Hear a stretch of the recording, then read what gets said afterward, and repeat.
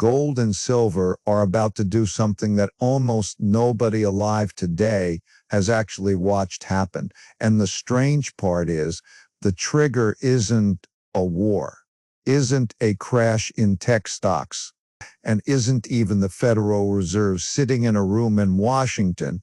The trigger is artificial intelligence, the very thing everyone on Earth is piling into, borrowing against, and betting the entire economy on, is quietly setting up the exact conditions that send gold and silver into a different world entirely.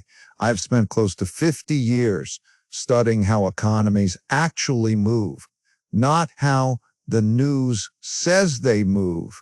And one thing I've learned is that the big shifts never announce themselves loudly.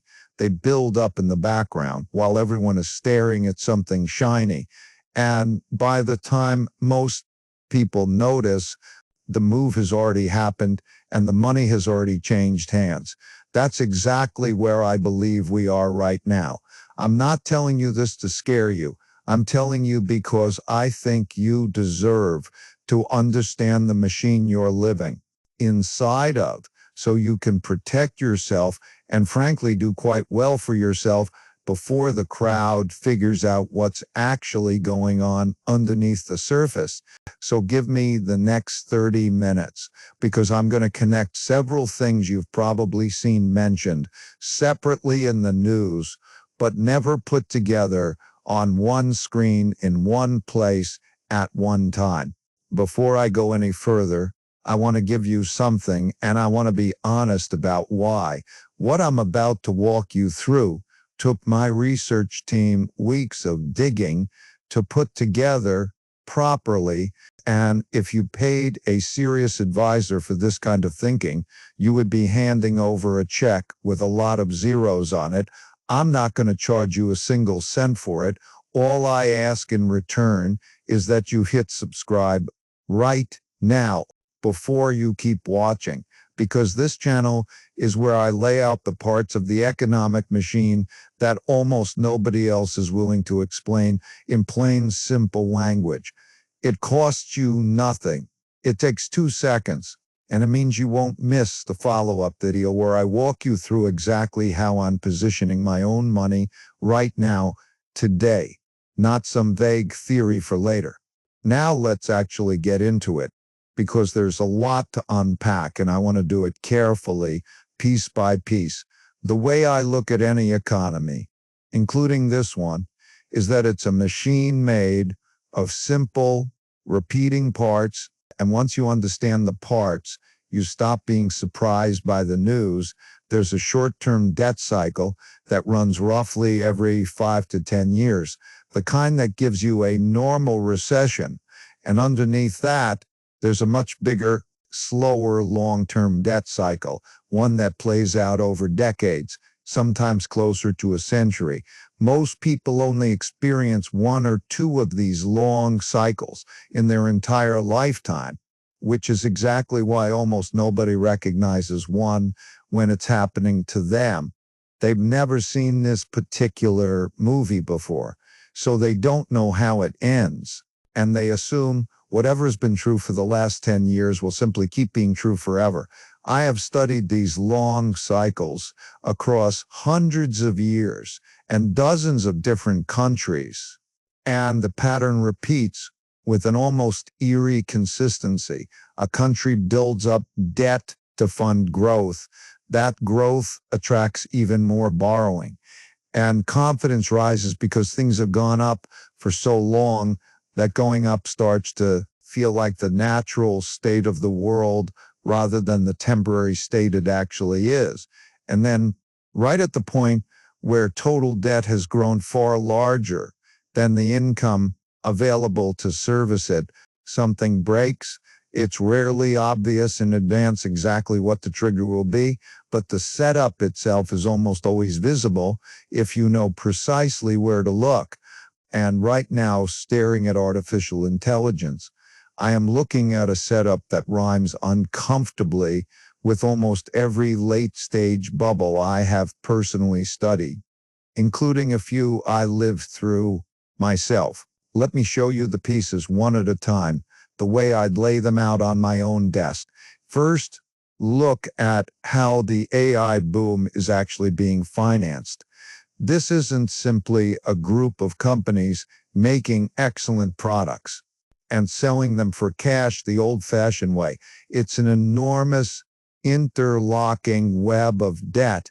The largest AI companies are borrowing staggering sums, hundreds of billions of dollars combined, much of it arranged through the biggest private lenders and asset managers in the world to build data centers and buy chips at a pace we've genuinely never seen before.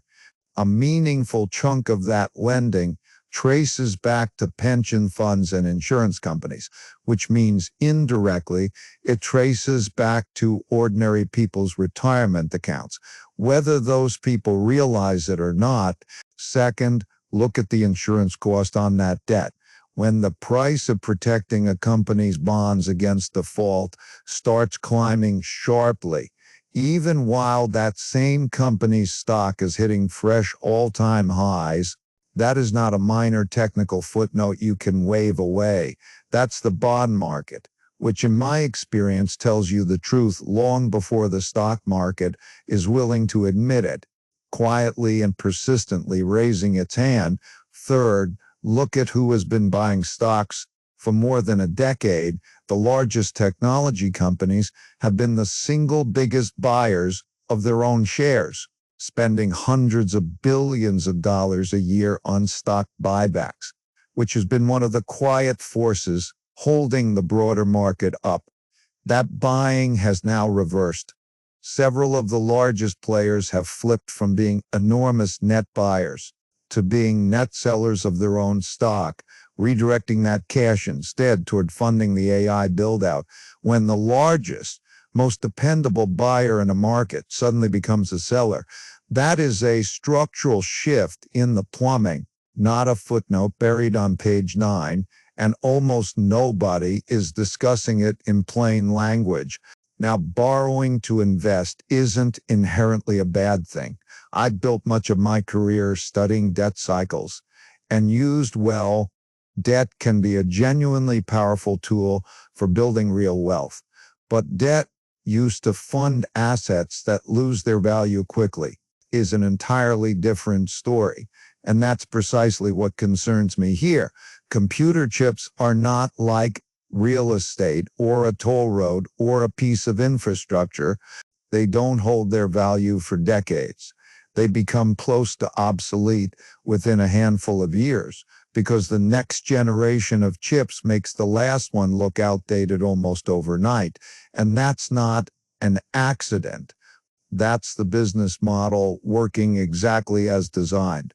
So you end up with companies borrowing enormous amounts of money against assets that depreciate quickly, while lenders demand higher and higher compensation to keep taking on that risk. I've watched a version of this pattern before more than once.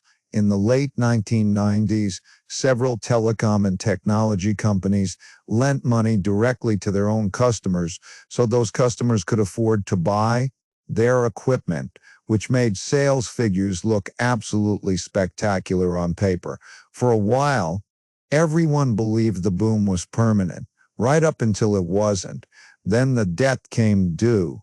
The customers couldn't pay it back, and some of the largest corporate bankruptcies in American history followed within just a couple of years.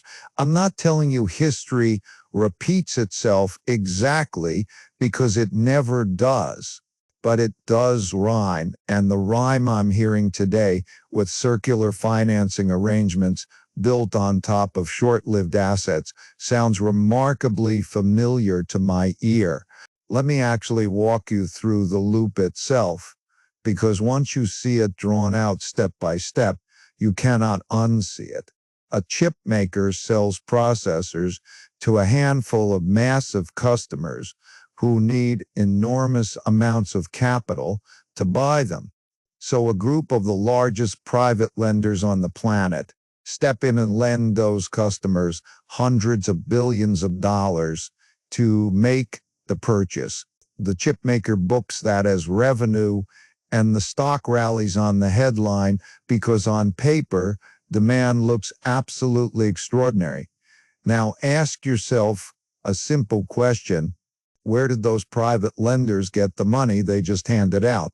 A large portion of it traces back to pension funds, insurance companies, and other long-term investors, the very institutions managing money on behalf of retirees and everyday savers. So the chipmaker gets its revenue and its rally.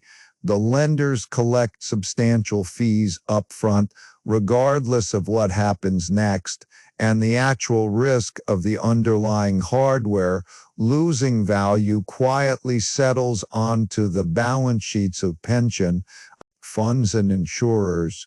Several steps removed from the headline everyone was celebrating, nobody involved in arranging that structure is doing anything illegal, and I want to be fair about that, but the incentives are lined up in a way that should make you pay close attention, because the people taking the fees are not the same people holding the long-term risk.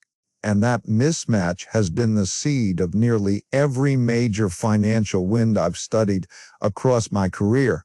There's also a slower, quieter piece of this puzzle worth understanding, and it has to do with shock absorbers. Every economy has buffers, reserves it can lean on when something genuinely goes wrong, whether that's emergency energy supplies, spare government capacity, or simple financial slack in the system. Over the last several years, many of those buffers have been drawn down to levels not seen in decades, partly because the good times made everyone comfortable, and comfort is precisely when people stop maintaining their shock absorbers. A system with no cushion left doesn't necessarily break on its own, but it means that when a shock does eventually arrive, whether that's a financing scare in the AI complex or something else entirely, there's very little left to soften the landing. And when there's nothing left to soften the landing, the response from governments and central banks tends to follow the exact same well-worn path every single time. Now, let me connect all of this directly to gold and silver, because this is where it becomes genuinely useful for you personally. Throughout history, whenever a long-term debt cycle reaches its later, more fragile stages, governments and central banks face the same fundamental choice every single time. They can allow painful defaults and a genuine, honest cleansing of excess debt, which is politically brutal and is almost never the path chosen, or they can print new money to paper over the problem, which is overwhelmingly what actually happens in practice.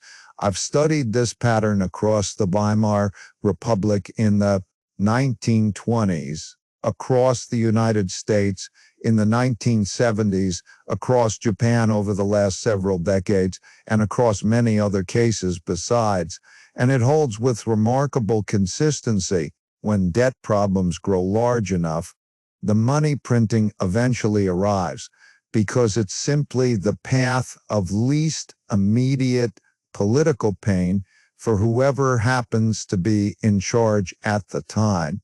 And when a government prints large amounts of new currency to bail out an over-leveraged system, the currency in your pocket becomes worth measurably less. Not worthless necessarily, but less, quietly diluted to solve someone else's debt problem while you weren't paying attention. Gold has functioned as a trusted store of value for well over 5,000 years.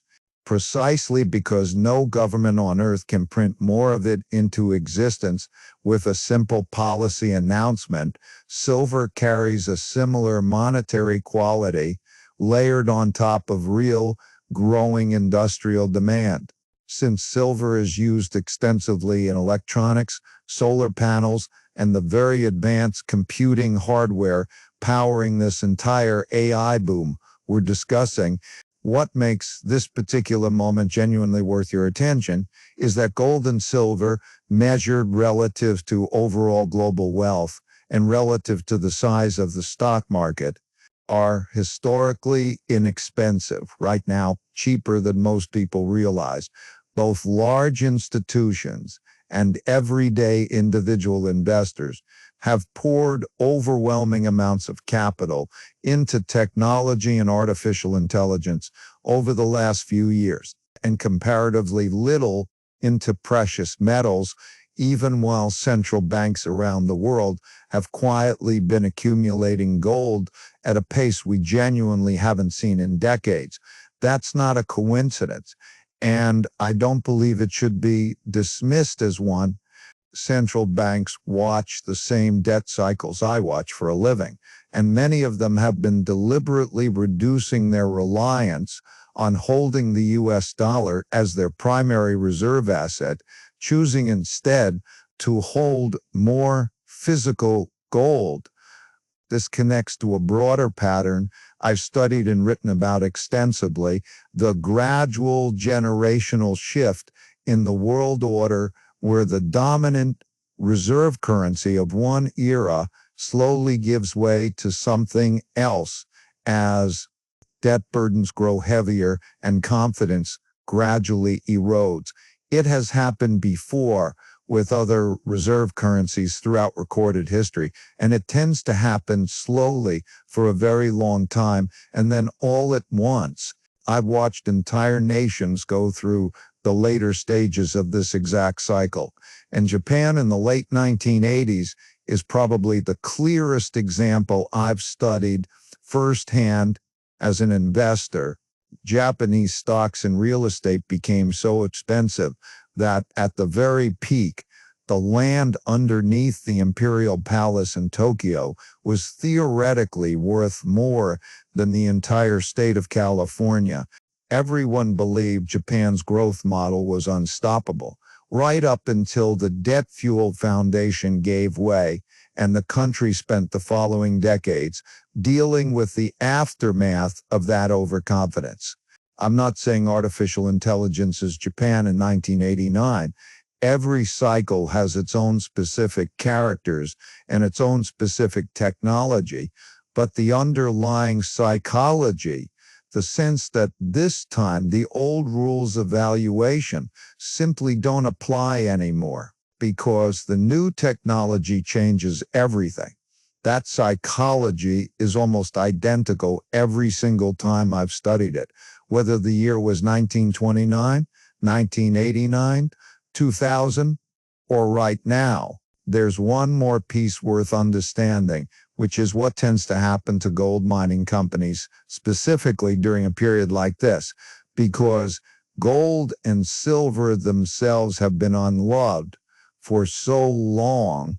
The companies that actually pull these metals out of the ground have also been left behind, and many of them are currently trading at valuations well below the value of the metal reserves they physically hold in the ground. As a group, these mining businesses have also been generating unusually strong free cash flow relative to their share prices, which is simply the money left over after all expenses, a number that, and it's much harder to dress up with clever accounting than a reported profit figure when an entire sector is this deeply unloved, sitting at some of its cheapest valuations relative to its own cash flow in half a century. That tends to be exactly the environment where patient capital eventually gets rewarded, though I'd stress that patience and position sizing genuinely matter here, because these stocks can be considerably more volatile than the metal itself. There's also a rotation happening beneath the surface that I find just as interesting as the gold story, and it involves what investors broadly call value stocks versus growth stocks. Over the past decade or so, growth stocks and AI names, specifically within that group, have outperformed steady, reasonably priced, cash-generating businesses by one of the widest margins on record, arguably one of the largest gaps we've seen in 100 years of market history. Historically, when a technology-driven boom eventually cools, capital doesn't simply vanish from the system. It rotates often into the exact unloved, higher quality businesses that got left behind while everyone's attention was fixed on the exciting new thing. I'm watching that rotation closely alongside the gold and silver setup because I think both trades are ultimately telling a similar story about where crowded capital is likely to go looking for safety once conditions shift. I want to stay balanced with you here because I'm not a perpetual pessimist. And anyone telling you to abandon stocks entirely and hide in a bunker stacked with gold bars is not giving you sound, usable advice. Artificial intelligence is a genuinely real technology that will transform productivity over the coming decades.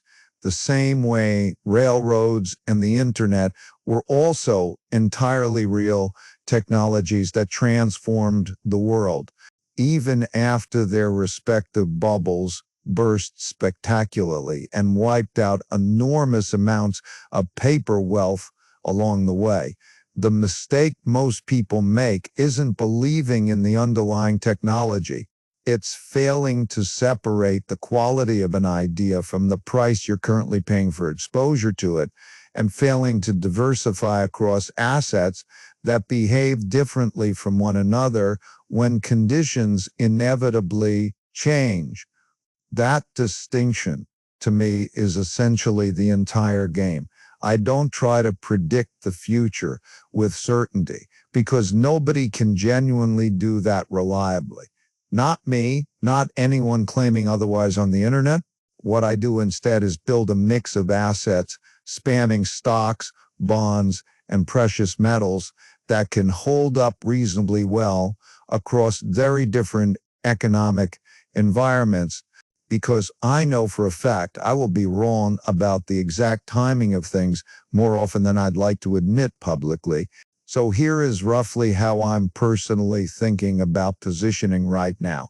And I'll be specific rather than vague, because vague guidance genuinely helps nobody watching this. I hold a meaningful allocation to gold, generally somewhere in the range of 10 to 15% of a total portfolio, not because I expect the stock market to collapse tomorrow morning, but because gold tends to perform well precisely during the kinds of environments that hurt stocks and bonds simultaneously, which is a genuinely rare and valuable property for any single asset to have. I'm also paying close attention to silver, given both its monetary characteristics and its steadily growing industrial demand from the technology sector itself, which creates an interesting dynamic where the very boom that concerns me is also quietly supporting demand for one of the assets I believe helps protect against that boom's eventual downside. I have not abandoned stocks, and I genuinely don't think you should either. Businesses that generate real, honest cash flow that aren't overly dependent on borrowed money and that are reasonably priced relative to their actual earnings still deserve a meaningful place in a well-constructed portfolio. What I'm actively avoiding is concentration in the most expensive, most crowded, most debt-fueled corners of the market, because history consistently shows that concentration is exactly where the pain lands hardest once a long cycle finally turns. The mistake I've watched investors make over and over across my entire career isn't usually picking the wrong asset in the first place. It's failing to manage risk properly once they've already picked the right one. I've personally watched people correctly identify a coming shift position for it early, watch their thesis play out exactly as they predicted, and still end up losing real money because they never had a plan for taking profits or managing their position size along the way. Being right about the direction of a market is genuinely less than half the battle, no matter how satisfying it feels at the moment. Knowing how much to risk, when to trim, and when to hold steady is the far harder, far less glamorous skill, and it's ultimately the one that determines whether your good ideas actually turn into good outcomes for your own family. If any of this has shifted how you're thinking about your own portfolio, even slightly, I'd genuinely like to know about it. Tell me in the comments below whether you already hold any gold or silver today, or whether this is the first time you've seriously considered it, because I read through these comments personally, and they shape exactly what I cover in the next video. And if you found this genuinely useful, subscribing helps more people see this kind of thinking laid out plainly, without a sales pitch quietly attached to the end of it, which is something I've cared about deeply after decades of watching this industry operate up close. I'm not asking you to abandon everything you currently own and rush out to buy gold bars tomorrow morning. I'm asking you to understand the machine a little better, to recognize roughly where we sit in this particular cycle, and to build a portfolio sturdy enough to survive being wrong sometimes. Because every investor, myself very much included, is wrong more often than any of us would like to publicly admit. The people who do well over the long run aren't the ones who predict every single turn correctly. They're the ones who stay balanced enough to survive the turns they genuinely didn't see coming. That's the whole game, as far as I've ever been able to tell after 50 years of playing it. And now you understand it a little better than you did 30 minutes ago. I'll see you in the next one.